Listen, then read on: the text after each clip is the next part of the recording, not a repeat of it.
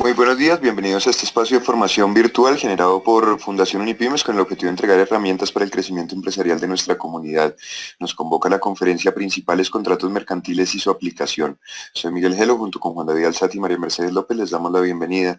Nos acompaña Diana Carolina Ramírez, abogada, especialista en Derecho Comercial e igualmente cuenta con estudios de diplomado en Principales Contratos Mercantiles y diplomado en Contratación Estatal.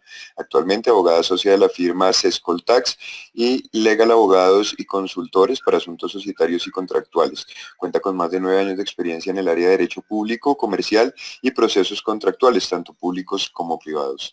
Esta conferencia se realiza en asociación con Banco de Occidente, Fundación Comeva, Arus, Envía, ETV y web.com. De esta manera y sin mayores preámbulos le damos la bienvenida a Diana, quien a partir de este momento puede iniciar la sesión. Diana, muy buenos días, bienvenida. Envío la invitación para compartir pantalla. Confirma en cuanto estemos viendo la presentación. Perfecto, ya están viendo la presentación y está en pantalla completa. Aún no la vemos. Un segundo, confirmo. La pantalla la estamos viendo. Bien. Sí, ya la estamos viendo. Bienvenida, adelante, por favor, Diana. Ok, en primer lugar, darles la bienvenida a todos nuestros participantes y darles las gracias a Unipymes por permitirnos este espacio de hablar de los principales contratos mercantiles y su aplicación. Entonces vamos a dar inicio. Básicamente el objetivo de esta charla es que va a darles herramientas jurídicas que permitan a nuestros participantes conocer que deben tener en cuenta el momento de la etapa previa de la celebración de cualquier contrato mercantil y adicionalmente conozcan las principales características de los contratos más comunes y regulados en nuestro ordenamiento jurídico. Este es el contenido de nuestra charla de hoy. Vamos a hacer una introducción sobre la oferta mercantil, vamos a hacer la definición del contrato y vamos a tocar sobre 4 contratos mercantiles típicos porque nuestro ordenamiento, el Código de Comercio, es bastante extenso y pues el tiempo no nos da. Vamos a tocar el contrato de compra-venta, el de suministro, transporte y mandato. Entonces, arrancamos con la oferta mercantil. Para la oferta mercantil debemos tener en cuenta que el derecho comercial se basa en la consensualidad y en la libertad para celebrar contratos. Sin embargo, es importante tener en cuenta que 2 principios básicos fundamentales, que es la buena fe precontractual y la libre competencia, que debe estar en el marco de toda generación de oferta y que la que nos cree derechos y obligaciones como partes. En la oferta mercantil está regida por el Código de Comercio como una propuesta de generación de un negocio jurídico que una parte formula a otra, la cual deberá contener los elementos esenciales del respectivo contrato y ser comunicada a sus destinatarios. Características de la oferta. La oferta mercantil debe ser irrevocable, completa, voluntaria, inequívoca, dirigida a un destinatario o destinatarios y llegar a su conocimiento. Cuando hablamos de irrevocable, ¿a qué nos referimos? Irrevocable es que durante el plazo de su vigencia y una vez comunicada es obligatoria para quien pide la oferta. Y la aceptación, porque la aceptación da lugar al perfeccionamiento del contrato. Completo, porque debe contener todos los elementos esenciales para la generación del contrato. Voluntaria. En voluntaria debe ser expresa o tácita. Y ahí me voy a detener para hablar de las ofertas expuestas al público. Normalmente nosotros en nuestra vida cotidiana vemos muchas ofertas expuestas al público cuando accedemos a un almacén de cadena, a un supermercado. En este caso hay una oferta que es voluntaria, se exhibe al público donde nos dan un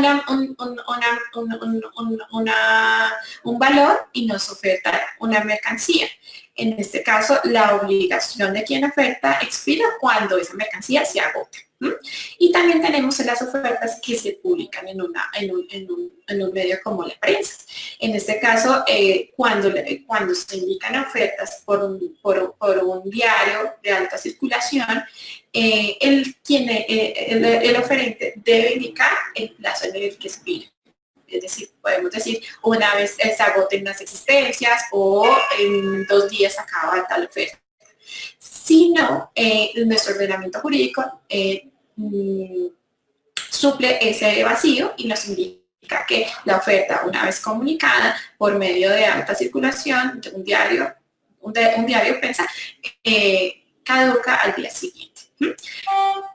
Vamos con el tema de que la oferta es inequívoca. Inequívoca ¿por qué? Porque no deben haber dudas de que la intención es celebrar un contrato. Es decir, no puede haber un arrepentimiento después. Volviendo al ejemplo del supermercado, si yo exhibo mis productos, pero después digo, ay, no, mentiras, yo ya no se lo vendo. Entonces, en este caso debe ser inequívoca, o sea, que no vaya a haber ninguna duda de que efectivamente hay una intención de celebrar un contrato. Y debe estar dirigida a un destinatario o destinatarios y llegar a su conocimiento. En este caso, la tecnología nos ayuda muchísimo con el tema de la oferta. Ya vemos ofertas que son verbales, directamente entre las personas, pero hay ofertas que pueden ser telefónicas, mediante celular o teléfonos fijos. También encontramos ofertas escritas, ofertas que pueden yo directamente presentarlas en físico o también por medios electrónicos como es el correo electrónico. Entonces, siempre y cuando, pues, o sea, cuando está dirigida a una persona en especial, debemos tener sumamente cuidado en que la persona la haya recibido. Y adicionalmente, tenemos que sean para personas determinadas o indeterminadas. Entonces, indeterminadas, cuando yo hago una oferta a varias personas en donde o sea, a una oferta pública, como en el caso del supermercado, a esas personas indeterminadas. Pero si ya, por ejemplo, yo voy a ofrecer unos servicios de consultoría, es una persona determinada, a una empresa, por ejemplo, hablamos de una oferta determinada a determinada persona. En este caso, traigo a colación una sentencia del Consejo de Estado, que es la 38696, que es del año 2016, que es muy importante al tema de hablar de las ofertas mercantiles. ¿Por qué? Porque en este caso nos indica que respecto a lo dispuesto por el artículo 860 del Código de Comercio, la oferta mercantil puede ser corregida, subsanada o aclarada. Pero esa aclaración o esa subsanación no puede versar sobre elementos esenciales del negocio jurídico, toda vez que en tal supuesto no se configuraría el acuerdo de voluntades que se encuentra en la base de formación de todo contrato. ¿A qué refiere este pronunciamiento del Consejo de Estado? Es, volviendo al tema del supermercado, yo voy a un supermercado, en el supermercado exhibe un televisor de 60 pulgadas, en donde me dice que vale $1.000.000. Cuando yo me acerco al supermercado, puedo decir, me acerco al vendedor y el vendedor me puede decir, mire, este televisor tiene tales características, funciona de tal manera, me aclara esa oferta, porque finalmente yo solo conozco un precio y conozco la cosa tal material. En este caso es totalmente dable que me puedan aclarar esa oferta pública que me están dando. Pero cuando ya me dicen, no, mire, es que el televisor ya no vale $1.000.000, sino $1.050.000, ahí se están versando sobre asuntos esenciales del negocio jurídico, como es el precio, y por tanto no se puede modificar o corregir la oferta en este caso.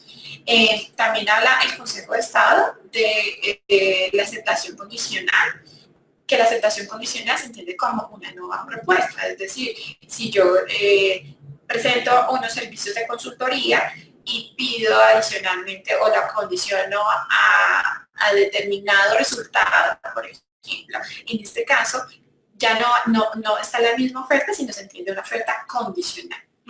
Entonces esa aceptación condicional será considerada como una nueva propuesta de donde el derecho a corregir, subsanar, aclarar no puede ser invocado sobre aspectos que reglen directamente el negocio jurídico. Entonces es muy importante tener esta postura del Consejo de Estado, ya que nos habla un poquito más sobre el tema de corregir o subsanar, pero siempre y cuando hay que siempre tener en cuenta que nunca podemos modificar los elementos esenciales, como son el objeto, o sea, yo no puedo modificar el elemento o no puedo modificar el precio.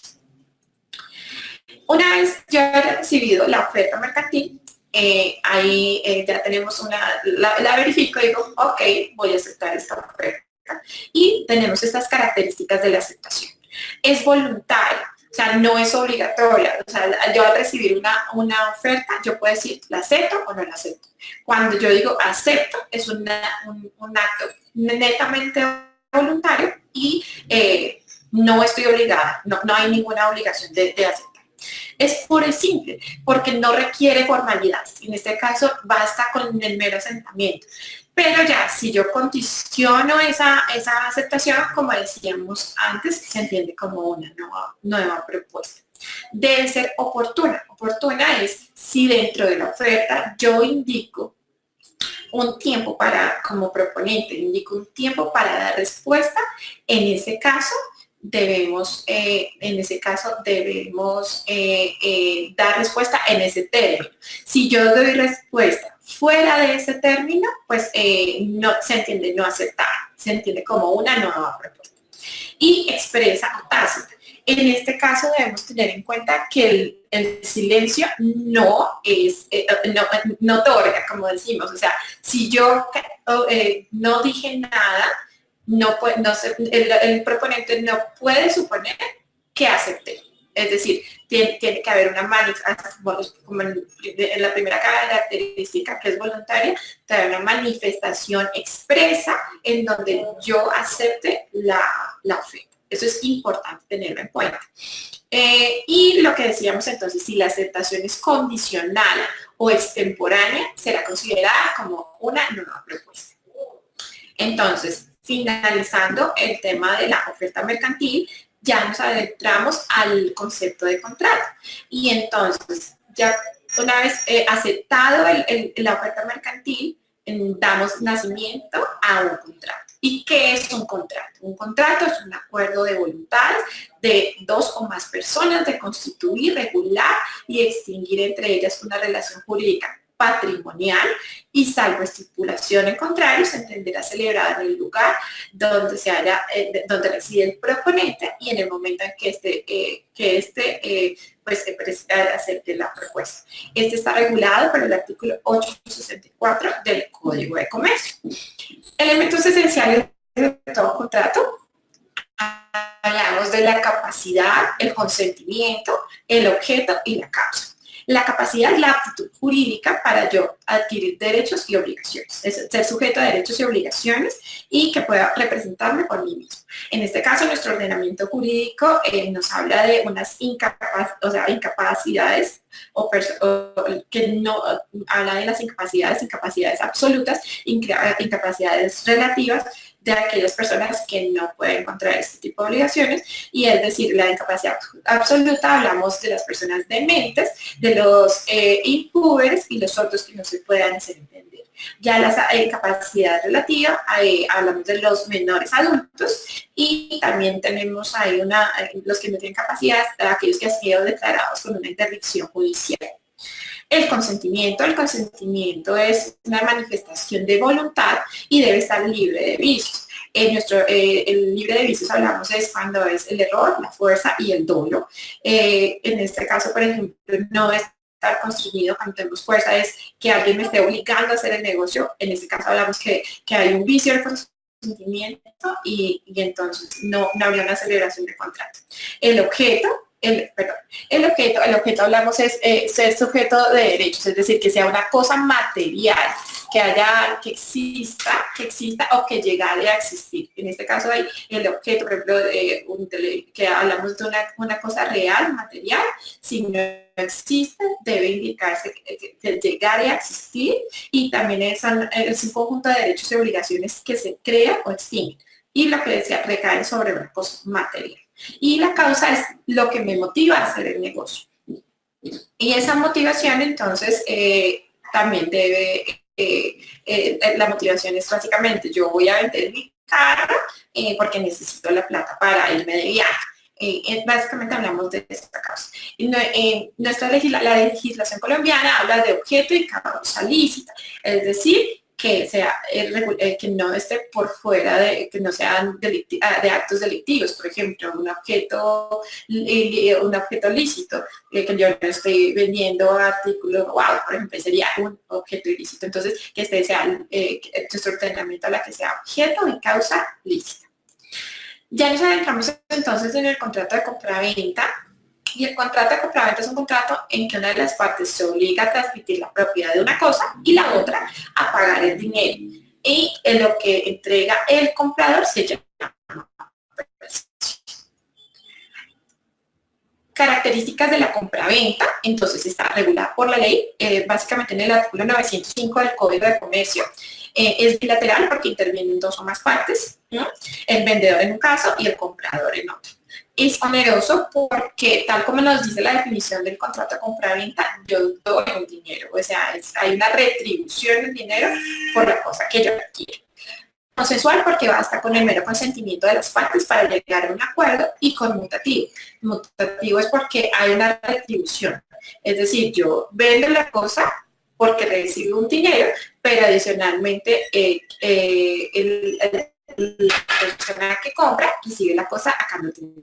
A eso hablamos de una relación conmutativa. Las obligaciones del vendedor: transmitir la propiedad, básicamente conservar la cosa objeto del contrato hasta su entrega. Si yo, digamos, desde la oferta que acepté la oferta de comprar determinada cosa y hasta el perfeccionamiento, hasta cuando el vendedor me indica la fecha exacta de entregar la cosa, él tiene esa obligación de conservarla, de preservarla en el mismo estado en que se mostró, ¿no?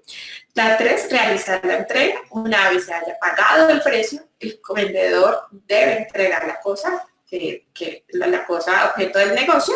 Y 4, responder por los vicios o defectos de la cosa vendida. Es decir, si de aquí a mañana compro un televisor y sale con algún defecto, pues el vendedor debe entrar a darme a resarcirme esos defectos de la cosa vendida. Obligaciones del comprador: pagar el precio, pues en el plazo estipulado y momento de recibir la cosa, dependiendo cómo se haya establecido el negocio jurídico. Y 2, recibir la cosa comprada. En este caso, el comprador tiene derecho a exigir la entrega de la factura en donde se indica el precio y su pago. Acá vamos a hacer un resumen para poder establecer cómo vamos desde el inicio. Entonces, si se dieron cuenta, si yo, para poner el ejemplo, entré al supermercado, vi el televisor, vi el precio, pedí las características, es decir, me aclararon mi oferta, y en ese momento dije, bueno, voy a comprar mi televisor y lo cojo en el carrito y me lo llevo. Me lo llevo para la caja registradora. En ese momento estoy dando una aceptación de la oferta de ese establecimiento. Al momento de entrar a la caja, entonces, ¿qué debo hacer? Pagar el precio y yo me llevo mi televisor. Si nos damos cuenta, van dos etapas de las dos etapas que hemos estado hablando. De la formulación de la oferta mercantil, en el primer momento en que la oferta mercantil, que fue a una persona indeterminada porque estaba abierta al público, y ya una segunda etapa que ya es la consolidación del contrato de compraventa como tal, al momento de yo entregar el dinero y del almacén entregar mi televisor. Entonces, si nos damos cuenta, a diario nosotros estamos inmersos en estas relaciones comerciales entre la oferta y la generación de contratos. Por eso en este caso nos indica el artículo 944 del Código de Comercio que es un derecho a exigir la factura. ¿Por qué? Porque finalmente, cuando nosotros adquirimos en grandes cadenas, nuestro contrato en sí nos queda en nuestra factura, porque tal vez que nos indica el nombre, nos indica qué compré, el valor. Y cuando nosotros necesitamos hacer un reclamo sobre esta cosa que compré, en el caso del televisor, pues yo puedo exigir la garantía de ese televisor con la factura, porque es la prueba de mi contrato. Otro de los ejemplos que podemos poner en este caso es cuando una persona vende y compra carros. Ahora es muy común que ya no vemos vitrinas, sino que la persona exhibe los carros en una página web. Es a personas indeterminadas que se hace por un medio público. Yo veo el carro y lo que hago es verificar las características, verifico el carro y verifico el valor. Una vez yo puedo concretar una cita con la persona, en este caso puedo pedir aclaraciones o puedo pedir de esa oferta, ¿no? Pero lo más dado en la compra de carros es que haya contraofertas, que era lo que hablábamos en el paso anterior, y es en la oferta la persona le indica vale 10 millones el carro, pero al momento de revisar el carro, la persona quien va y en este caso se establece ya, se perfecciona la aceptación con la contraoferta y ya entramos a la compra, al contrato de compraventa como tal, nuevas facturas.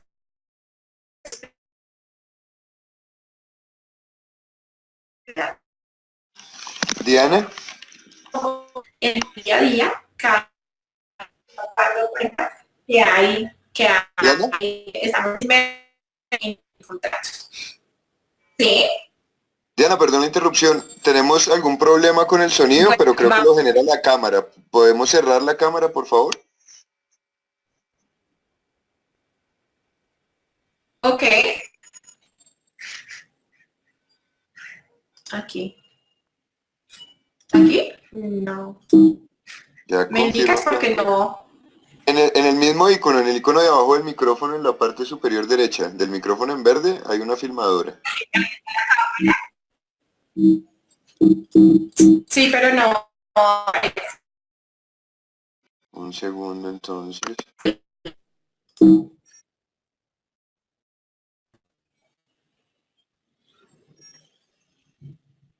Listo, a ver si ya... Listo, me parece que ya está, Diana.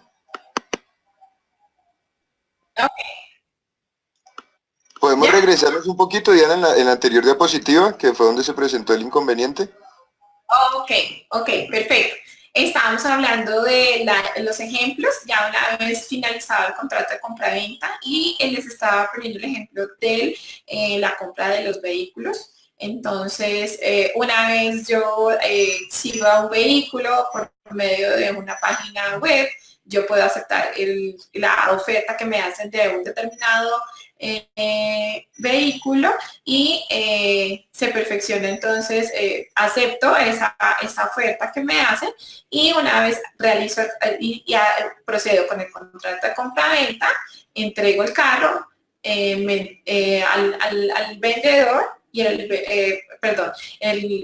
se hace la entrega del carro, se recibe por el valor establecido entre las partes y por ejemplo, en el carro, si hay, ya no hablamos de una factura, sino hablamos de un traspaso, que es como lo que nos establece nuestro ordenamiento para que haya el título tratativo del vehículo. Entonces ya les comentaba que en nuestro diario vivir estamos inmersos entre las ofertas mercantiles y los contratos de compra-venta. Si lo vemos a diario en nuestras actividades, vemos cómo operan tanto la oferta mercantil como los contratos de compra-venta. Ya entramos al contrato de suministro. Para el contrato de suministro, vamos a poner un ejemplo también, y es, mucha gente suele confundir el suministro con la compra-venta. ¿Y cuál es la diferencia? Cuando yo hago una compra-venta, es en un determinado, o sea, entrego la cosa y recibo el precio inmediatamente. No hay un lapso. Cambio en el contrato de suministro, hay prestaciones periódicas o continuas de cosas o servicios. Pongo el ejemplo de una oficina que requiere la papelería para todo el año. Entonces, en vez de hacer compras puntuales cada mes, lo que hace es que contrata con un distribuidor mayorista de su papelería establece un valor global del contrato, establece unos precios unitarios de los alimentos que va a adquirir y en ese caso, entonces, establece las entregas periódicas dependiendo de las necesidades que tenga la oficina. Si se consume mucho papel, esferos, lápices, toner, todo lo que sea elementos de oficina. Y en este caso es muy importante hablar del valor del contrato y del precio. ¿Por qué?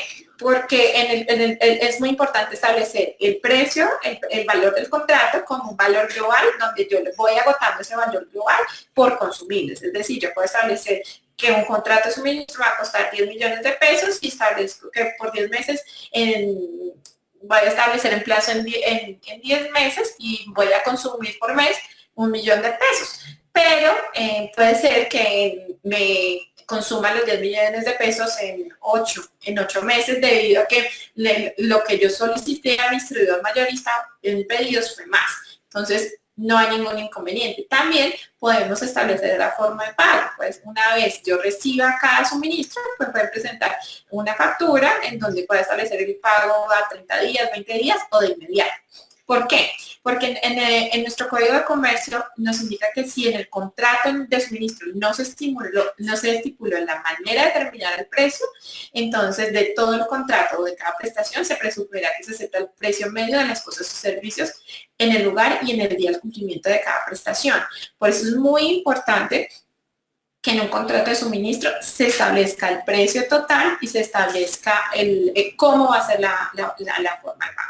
Y también nuestro Código de Comercio habla de que el precio, al pago del precio del contrato, las partes pueden estipular lo que era lo que les decía. Yo puedo decir, una vez reciba cada mes o cada vez que yo solicite el suministro de mi papelería, cómo voy a pagar inmediatamente, a los 15 días o pagos a 30 días, pero en cuanto no estipulo esto en el contrato y es de carácter periódico por cada prestación, debe pagarse el precio que corresponde en proporción a su cuantía. Es decir, una vez cumplida la prestación, de inmediato se debe pagar dicha prestación. Entonces, básicamente, esto es lo que debemos tener en cuenta en el contrato de suministro. Los contratos de suministro son muy usados en las empresas. No solo hablamos de papelería, por ejemplo, quienes fabrican ropa necesitan unos suministros de tela, suministro de hilo, suministros de botones. Entonces, dependiendo también de la forma de negocio, yo puedo establecer la periodicidad por la cual se van a hacer dichos suministros. Ya hablamos entonces ahora, terminamos el contrato de suministro y vamos al contrato de transporte. El contrato es un contrato por medio del cual una de las partes obliga con la otra a cambio de un precio a conducir de un lugar a otro por determinado medio en el plazo fijado, personas o cosas y entregar estas al destinatario. Las obligaciones del transportador. Básicamente, cuando hablamos de cosas, las debe recibir, conducirlas y entregarlas en el estado en que las recibe, las cuales se presumen en buen estado, salvo constancia en contrario.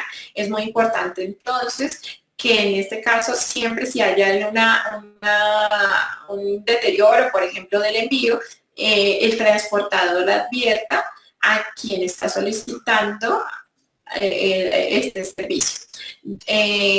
Hablamos con la segunda característica que para el transporte de personas es conducirlas sanas y salvas al lugar del destino. 3, el transportador debe estar autorizado y podrá delegar la conducción a un tercero bajo su responsabilidad y sin que ello entienda que sean modificadas las condiciones del contrato. Y 4, conducir a las personas o cosas siempre que lo permitan los medios ordinarios de que disponga y se cumplan las condiciones normales y del régimen interno de la empresa. Aquí hablamos en el contrato de transporte de una responsabilidad solidaria. Cuando la empresa, en este caso, y se presenta, la empresa no es la propietaria o arrendataria del vehículo donde se efectúa el transporte.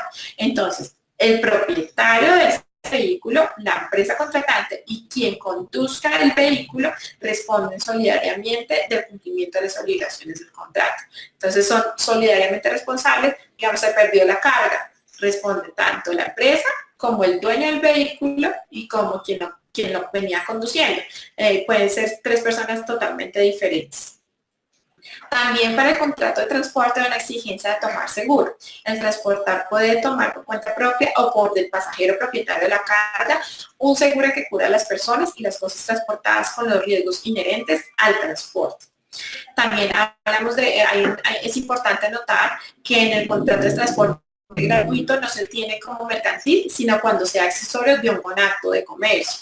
En este caso se puede hablar de si yo adquirí una nevera, por ejemplo, en una cadena, en un almacén de cadena, y pues obviamente una nevera no me cabe en mi carro, entonces el almacén de cadena me dice, no hay problema, te lo vamos a incluir como un valor agregado y te lo llevamos gratis a la puerta de tu casa. Ese contrato de transporte es gratuito, pero se entiende mercantil porque salió de una parte mercantil que es el almacén de cadena. Si no, no se entiende mercantil porque y es un acto accesorio cuando no hace parte de un acto de comercio.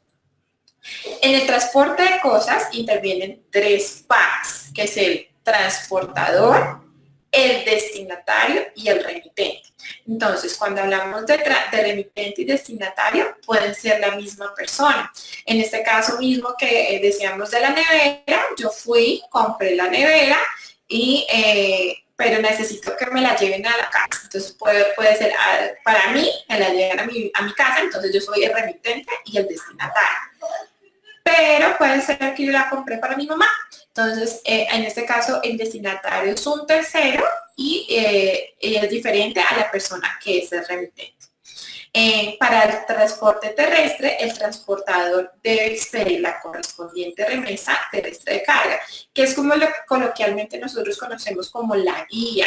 Es muy importante porque, si bien es cierto, nosotros no suscribimos un contrato de los que habitualmente decimos, uy, un contrato extenso donde están las obligaciones, pero esa remesa es la constancia del contrato de transporte y es muy importante que lo tengamos en cuenta porque mucha gente desconoce que ese es el contrato realmente y lo que hacen es cuando algo pasa con nuestra carga, no pueden hacer ninguna reclamación porque han perdido la correspondiente remesa. Entonces es importante tener en cuenta que esa es la prueba en que se celebra el contrato de transporte.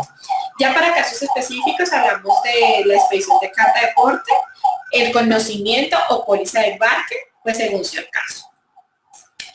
Hay unas obligaciones especiales para el remitente al momento de la cosa de transportar y son muy importantes. El primero, pues indicar el nombre y dirección del destinatario.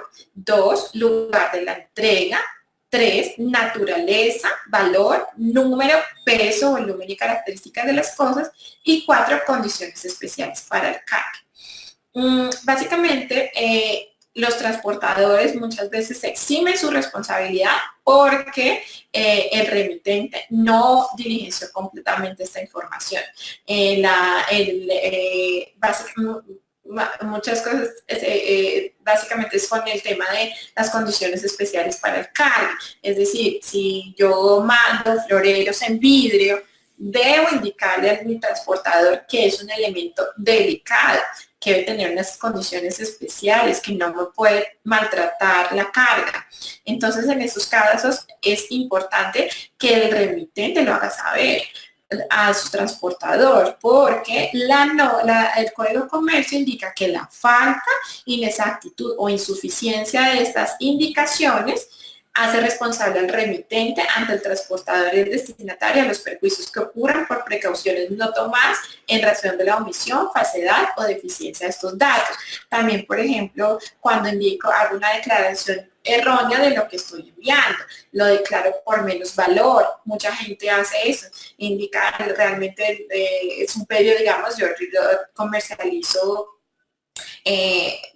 no sé, computadores y entonces no le indico a mi transportador que eso es un computador y que cada computador, más de 10 computadores y que cada computador está evaluado en $1.000.000 de pesos, sino que indico que mi carga es menos y que vale 5 millones de pesos. Entonces, en este caso hay una inexactitud, hay una omisión en el momento de indicar cuál es el valor real de esa carga y por tanto en el momento que pase algo cuando se transporten este tipo de elementos, pues el transportador se puede eximir su culpa indicando que el remitente no fue claro o no indicó el valor real de las cosas que estaba transportando. Lo mismo, volviendo al ejemplo de los floreros, es decir, si yo en ningún momento dije estoy llevando unos floreros que son delicados, entonces llega el remitente, que puede ser un cliente mío, y llegan todos rotos. En este caso, si yo no advertí que esas condiciones especiales para el cargue al transportador, pues el transportador no las desconoció y pues obviamente no tomó las precauciones suficientes para conservar la cosa y por tanto, entonces en este caso, quien debe responder y quien es responsable por esa omisión es el transportador y es el destinatario. Entonces, con esta conclusión damos finalizado sobre el tema del contrato de transporte y nos vamos al contrato de mandato. Hablamos de contrato de mandato. El contrato de mandato es por el cual una de las partes se obliga a celebrar o ejecutar uno o más actos de comercio por cuenta de otra, el cual puede conllevar o no la representación del mandante. Es decir, cuando yo encomiendo esa actividad de comercio, no siempre se obra en nombre de otra, es decir, puede obrarla en representación, pero no siempre. Eso debe ser explícito dentro del contrato de mandato. No es que se entienda de por sí que hay una representación. Hablamos de las obligaciones del mandatario.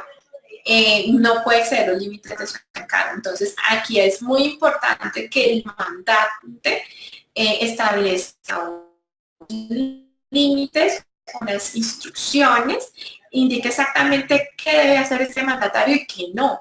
¿Por qué? Porque muchas veces cuando no se dejan esos límites y esas responsabilidades, o qué pasa con el giro ordinario de sus negocios y de un momento a otro la persona se sobrelimita, pues queda como un mandatario al libre albedrío, se podría decir, y entonces él puede hacer lo que quiera. Básicamente por eso es que es importante que en el contrato de mandato el mandante sea muy claro y específico cómo va a operar ese mandatario.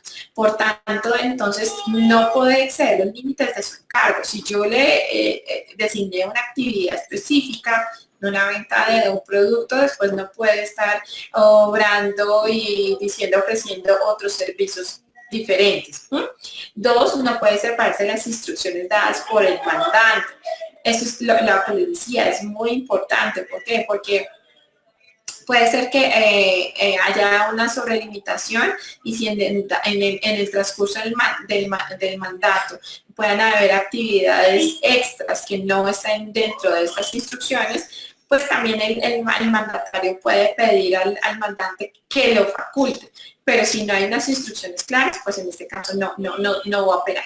3, informar la marcha del negocio encomendado. Esto es muy importante. El mandatario no obra por sí solo. Tiene que dar cuentas de la actividad encomendada. 4, comunicar sin demora la ejecución completa del mandato. Es decir, si la actividad encomendada ya se cumplió, pues informar directamente a su mandante para que verifique si ya se cumplió totalmente la actividad a la cual se le encomendó. 5, no puede emplear en sus propios negocios los fondos que suministre el mandante.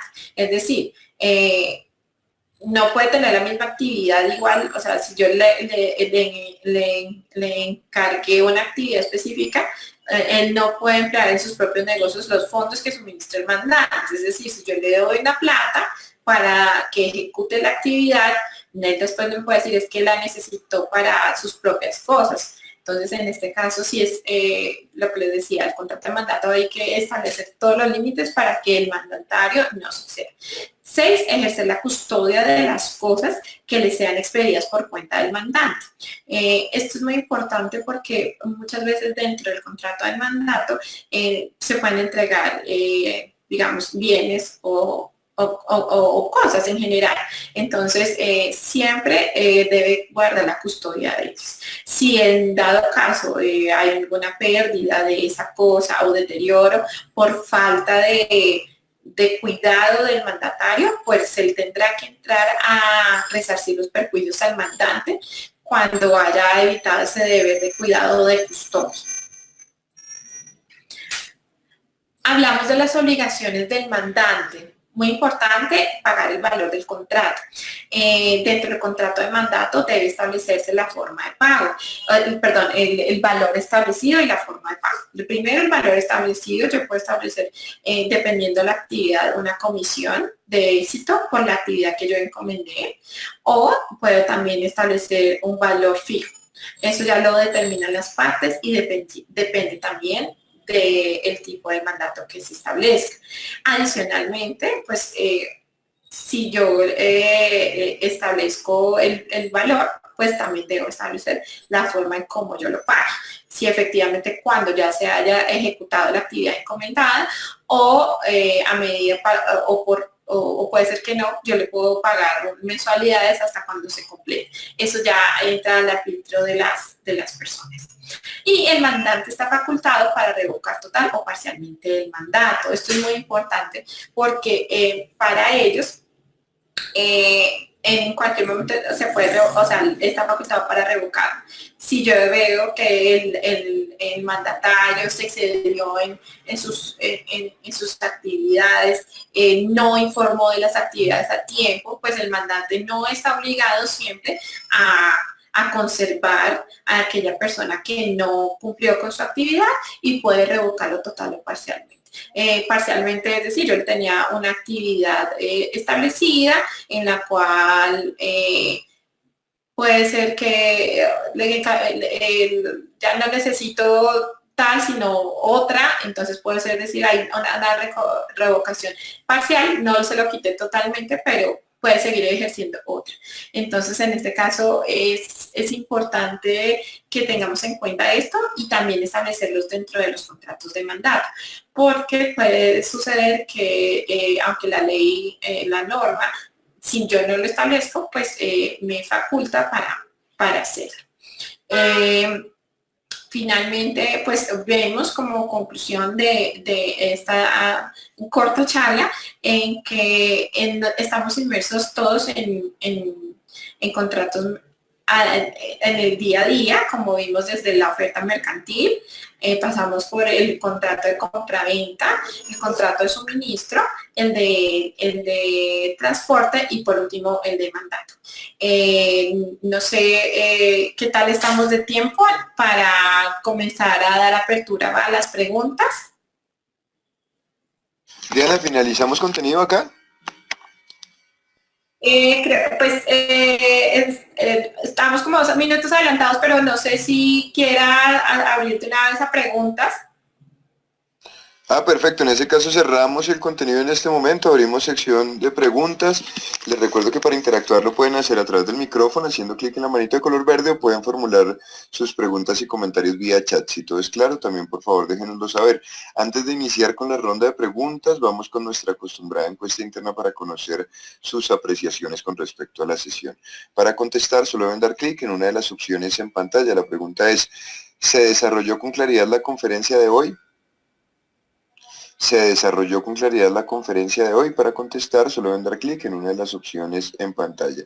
Les recuerdo que para nosotros es muy importante que realicen el sondeo, pues es la manera en que evaluamos a los conferencistas. Bueno, ha votado el 50% del auditorio, esperamos que lleguemos al 80% aproximadamente. Nuevamente, ¿se desarrolló con claridad la conferencia de hoy? Para contestar, por favor, hagan clic en una de las respuestas en pantalla. Listo, de esta manera cerramos el sondeo y vamos con preguntas. Por ahora no tengo preguntas. Pide la palabra Alejandro Rivera, quien abre el micrófono. Alejandro, bienvenido. Bueno, aparentemente no pudimos establecer comunicación. En pantalla tiene el correo en la parte inferior izquierda al que pueden hacer llegar las preguntas que surjan a partir de la sesión o las que no podamos resolver en vivo. consultoría@unipymes.com. Si tiene alguna inquietud en el asunto, por favor, enviar el nombre de la conferencia. Y en la parte derecha tiene la invitación para la capacitación ejecutiva de régimen laboral y sus efectos en asuntos de UGPP. Inicia el 17 de abril, finaliza el 26 de abril en un horario de 9:30 a 11 de la mañana, a 11:30 de la mañana, las últimas dos sesiones hasta las 12:30, clases martes, miércoles y jueves, con el experto Abel Cupajita. Mayor información en www.tiendaempresarial.com o ventas@unipymes.com. Pregunta. Katia Lozano, ¿qué diferencia hay entre un contrato de mandato y uno de prestación de servicios de abogado? En caso de revocar el poder, ¿cómo se tasarían los honorarios no pagados? Ok, el contrato de prestación de servicios es totalmente diferente al mandato. Por eso hablábamos que hay un mandato con representación y otro que no, y otro no siempre lleva la representación. Finalmente, normalmente el contrato de prestación de servicios establece unas obligaciones específicas, pero no siempre dan el contrato de prestación de servicios, o sea, hay unas obligaciones específicas, pero a diferencia del mandato es que se encamina a la marcha de un negocio encomendado.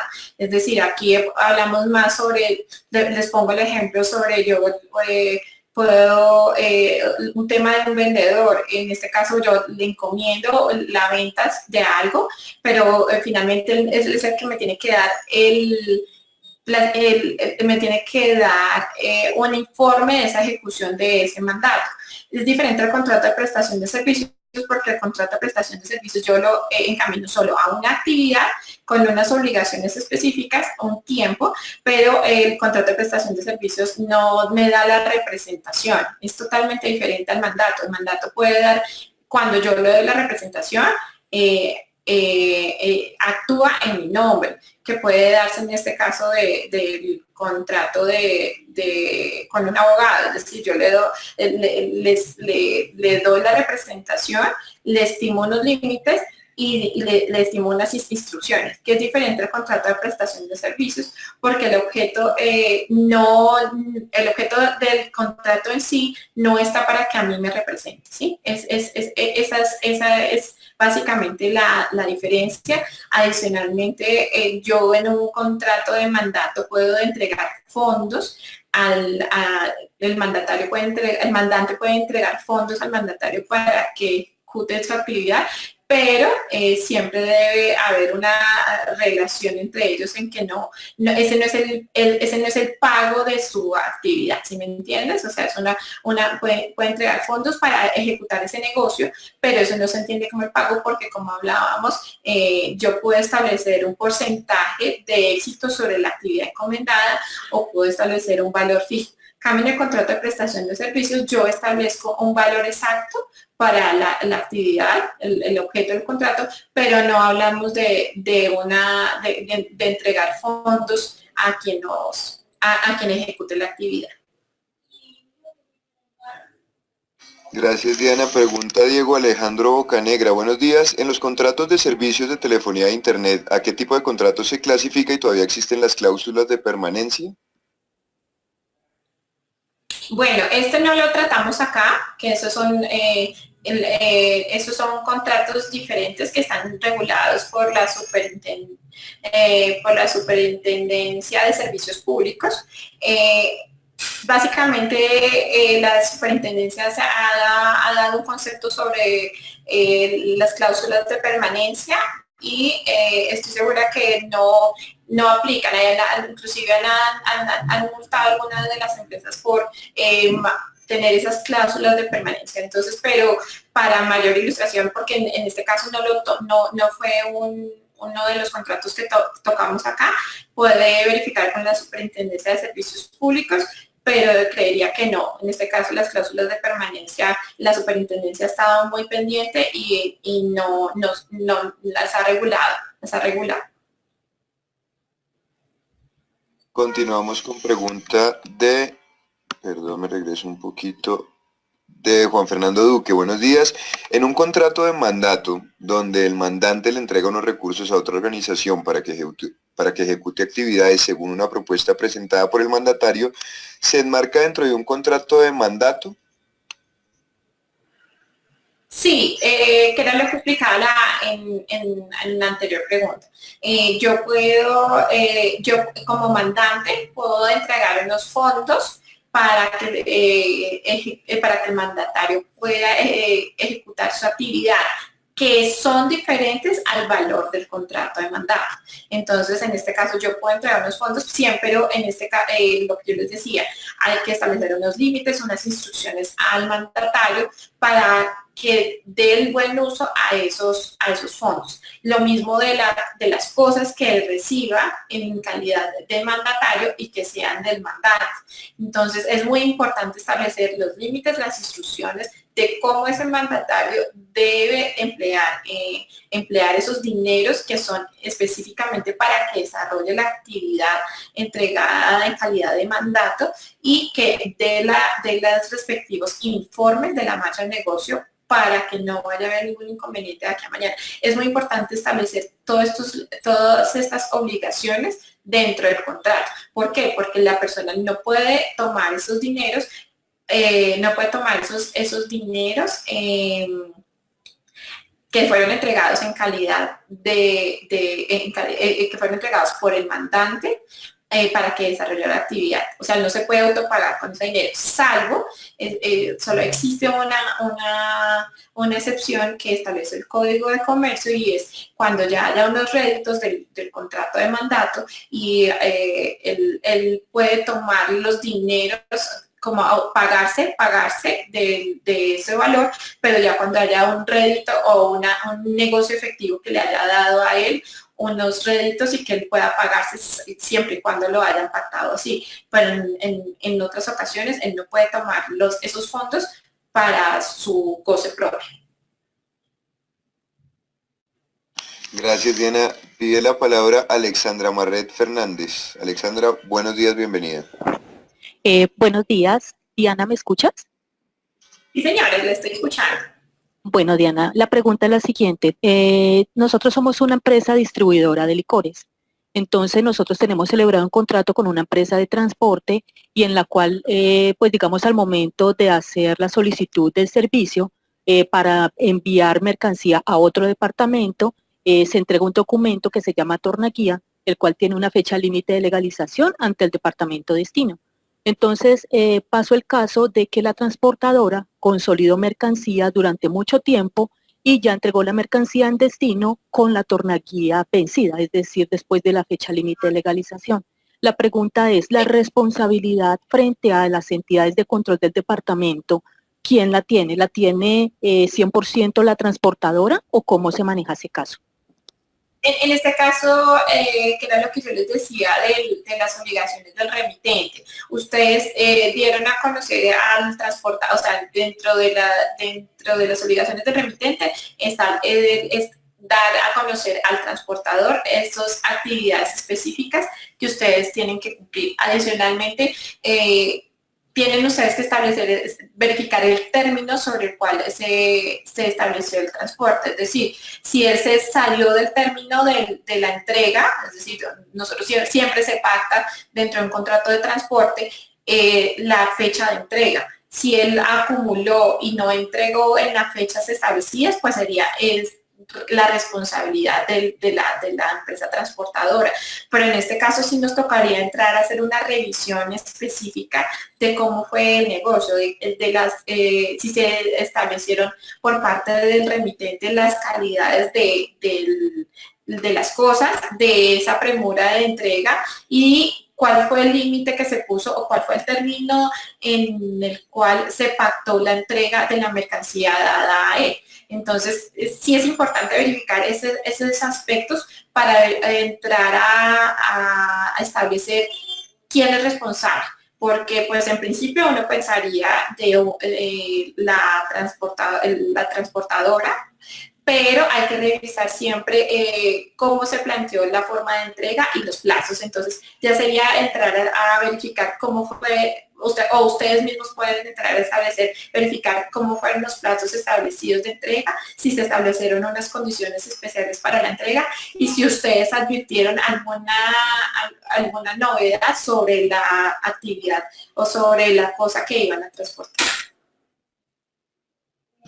Gracias, Diana. Katia Lozano pregunta, cuando en el contrato de compraventa surgen controversias por la no conformidad del producto entregado con las condiciones de la oferta, discrepancias con la garantía legal, etcétera, si no se está amparado en la ley de consumo, ¿qué acciones se pueden iniciar? Bueno, eso depende el tipo de bien que se adquirió, ¿no? Pues ella lo que nos indica es si ya no está